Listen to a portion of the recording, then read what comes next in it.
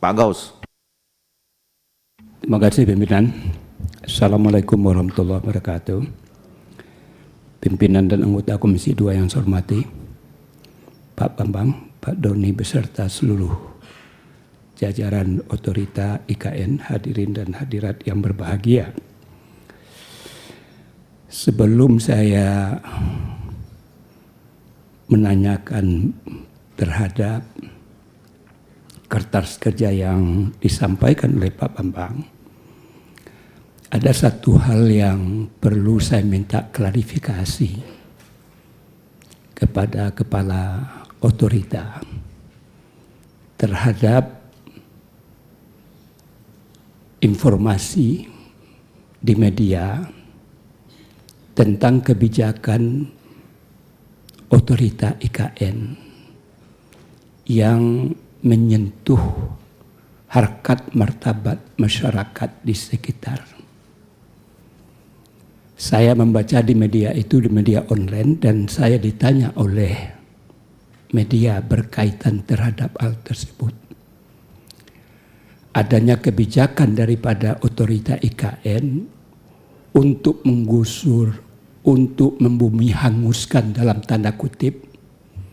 Dan terakhir saya di balik juga ada informasi, ada upaya-upaya dari otorita membeli tanah-tanah rakyat untuk dipindahkan dari kawasan itu. Itu yang terakhir itu. Apa benar, apa tidak. Tapi kalau yang dilansir itu sudah dibaca dan sudah diketahui oleh publik. Hari ini kita melakukan rapat kerja. Tentu pada tempatnya Pak Bambang untuk mengklarifikasi. Di atas itu banyak media yang meliput kegiatan kita pada siang hari ini. Apa benar apa tidak, dan juga saya membaca juga proses suratnya ditarik dan lain sebagainya. Adanya inisiatif itu tentu sesuatu yang memilukan dan memalukan kita. Jangan hanya sebuah kota, ibu kota diperuntukkan hanya untuk orang tertentu saja. Itu yang kita bahas ketika pembahasan Undang-Undang IKN. Saya adalah anggota Pansus, juga Panja terhadap revisi undang-undang. Yang kita tekankan kepada pemerintah adalah bahwa ibu kota negara itu adalah untuk semua. Kita tidak meniru, maaf, Singapura dan lain sebagainya. Jangan masyarakat yang asli yang berada di situ dimarginalkan. Sebab bagaimanapun sampai detik ini pemindah IKN masih terjadi pro dan kontra. Secara legalitas kita di DPR sudah mensahkan. Tapi di ruang luar ini masih dipertanyakan. Tentu kita harus arif dan bijaksana terhadap sesuatu yang sangat sensitif itu. Saya berharap Pak Bambang bersama kawan-kawan fokus kepada apa yang menjadi nilai-nilai luhur kenapa ibu kota negara dipindahkan dari Jakarta ke ibu kota negara Nusantara ini. Tentu banyak nilai-nilai dan saya tidak akan mengungkapkan itu. Terlalu panjang untuk saya ungkapkan. Yang kedua adalah adanya keinginan pemerintah untuk melaksanakan perayaan hari ulang tahun ke-79 di ibu kota negara Nusantara itu. Saya belum ini dibangun, saya mempersepsikan di mana saja bisa melaksanakan hari proklamasi itu. Di sawah pun juga bisa, nggak ada bangunan pun juga nggak ada masalah. Itu pandangan saya ketika itu.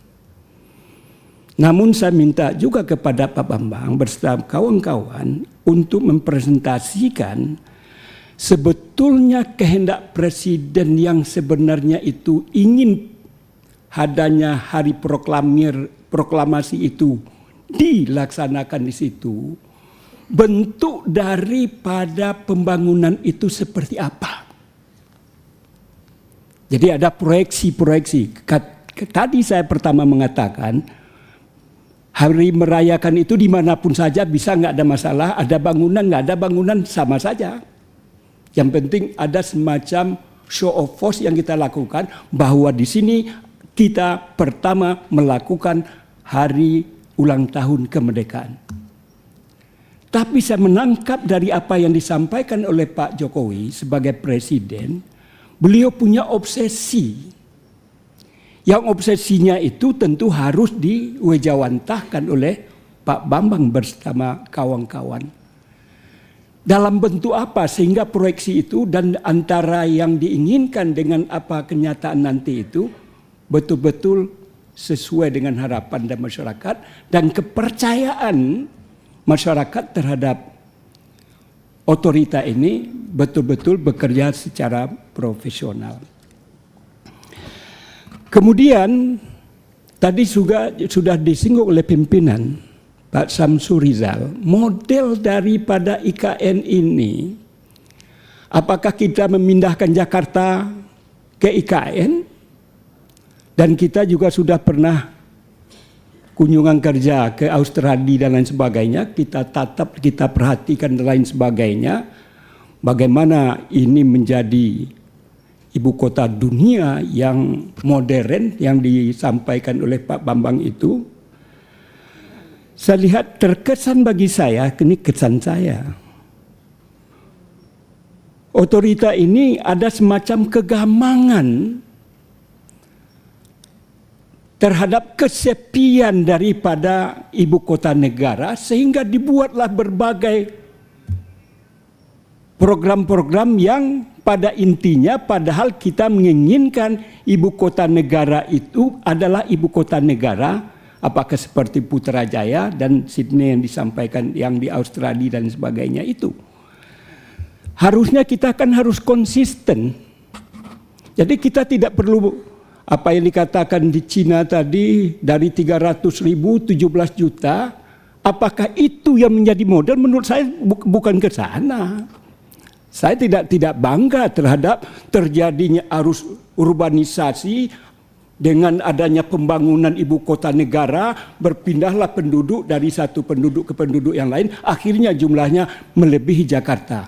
Padahal nilai-nilai luhur daripada perpindahan ini dalam rangka karena banyaknya masalah-masalah Jakarta dengan berbagai problematikanya untuk kita tinggalkan, sehingga ibu kota negara ini betul-betul seperti ibu kota negara yang modern, yang kata Pak Bambang, yang sering, saya sudah sangat sering ke sana. Jadi kebetulan ketika sebelum dibangun, kita dengan helikopter melihat dari Yano, belum ada sentuhan apapun daripada pembangunan.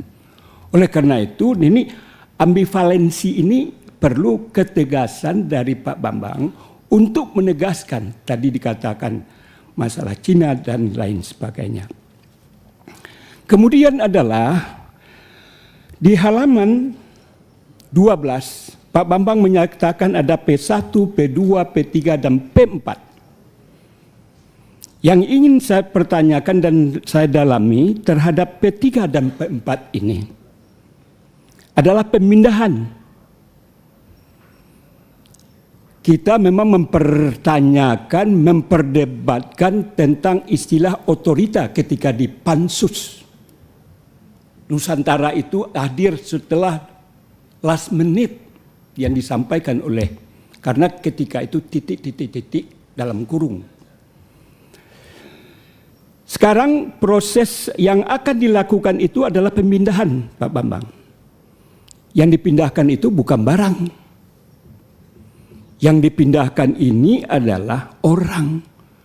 Dan orang ini adalah orang-orang yang profesional, yang punya tugas fungsi tentang kepemerintahan. Tentu punya banyak dinamika, problematika, dan persoalan.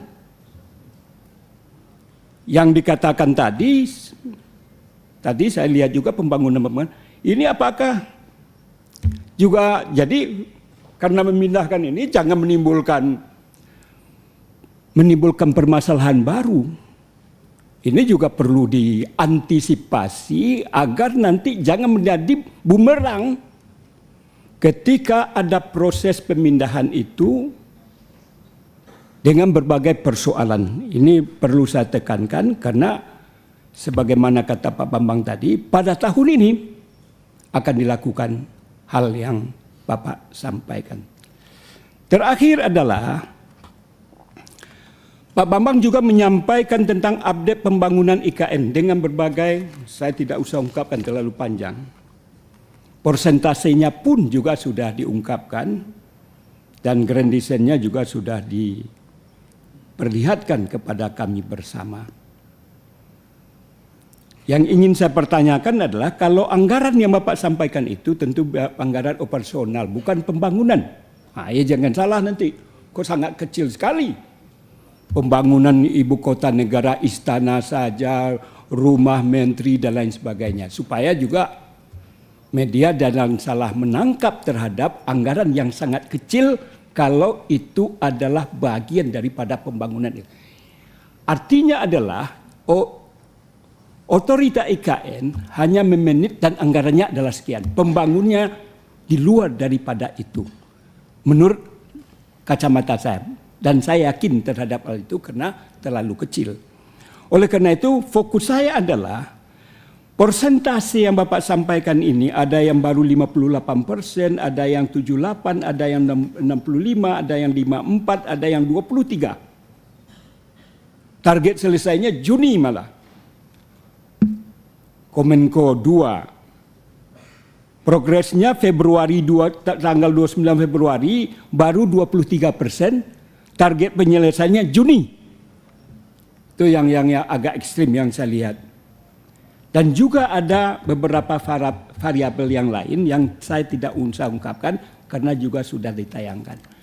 Bagaimana tentang hal ini? Kalaupun terjadi pergeseran, misalkan target yang ingin disampaikan, yang ingin diwujudkan itu, kalaupun bergeser, bagaimana? Sebab bagaimanapun tentu akan berdampak pula kepada proses pemindahan aparatur sipil negara yang mana tentu ini juga sudah punya progres juga yang dilakukan oleh pihak pemerintah berkaitan tentang bagaimana sukses pemindahan ini dan ini tentu akan menimbulkan masalah juga kalau ini tidak dimanage sedemikian rupa sebab pintu masuknya tentu otorita yang mempersiapkan semua itu. Barangkali demikian. Terima kasih. Assalamualaikum warahmatullahi wabarakatuh. Assalamualaikum warahmatullahi wabarakatuh.